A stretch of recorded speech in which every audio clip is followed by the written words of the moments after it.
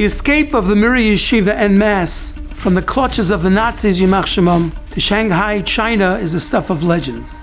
They were traveling on the Trans-Siberian Railway to Vladivostok, and Moraine Reb Chaim Shmulevitz Zatzal told over that the Bachrim were terrified any moment they'd be arrested by the NKVD agents and shipped to Siberia.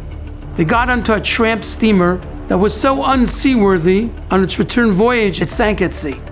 They were accompanied by a Russian destroyer. They were enemies of the Rodina, of the state. And the Bachrim were terrified at any moment they would be rammed by the ship and Rahman al-Islam, all hands would be lost at sea. When they reached international boundary waters, the destroyer turned back to Russia. And the Bachrim burst out in euphoric dancing. It was like Kabbalah Satayre, was Purim all over again. Kimu v'kibla Yehudim, the skies had opened up and they were delivered from their imminent danger. Reb Chaim Shmulevitz said he knew he could never recreate that euphoric moment, but he internalized it. He quoted the Gemara in Masechta Sanhedrin that talks about Palti ben Laish, who was given Michal bas Shaul as a wife. Shaul had nullified the marriage to David HaMelech. But the first night he took a sword and he drove it between the two beds, and he said whoever crosses over the sword, Yitkar, will be run through. Now the question is a magic sword? It's a scimitar that'll come after him? So Reb Chaim, he was marking time.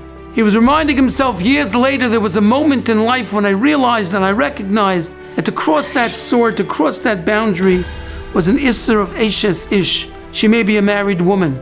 And even though I couldn't recollect those feelings in their entirety, I remember I was once on such a madrega. That's what happened with Reb Chaim Shmulevitz on that ship. And that's every day of our lives. Every day that an individual resists the temptation of the Yetzer Hara, he looks away, he doesn't look a second time. Every moment of Vayimoye, he's marking time. Carpe diem, he's seizing the day and the moment. I'm a different person. And it could very well be that temptation will arise again, but he has to focus on the fact that he won, that he controlled. That's the whole yesod of Yiddishkeit. To mark our moments, our triumphs, our success stories, and internalize them to reflect on them for years to come. There will be Zeiche to drive that sword into the earth of the Yetzer Hara, to recognize that we are in control, and be zeicha to live lives of Ribui K'vod Shamayim, the Kedusha V'Tara.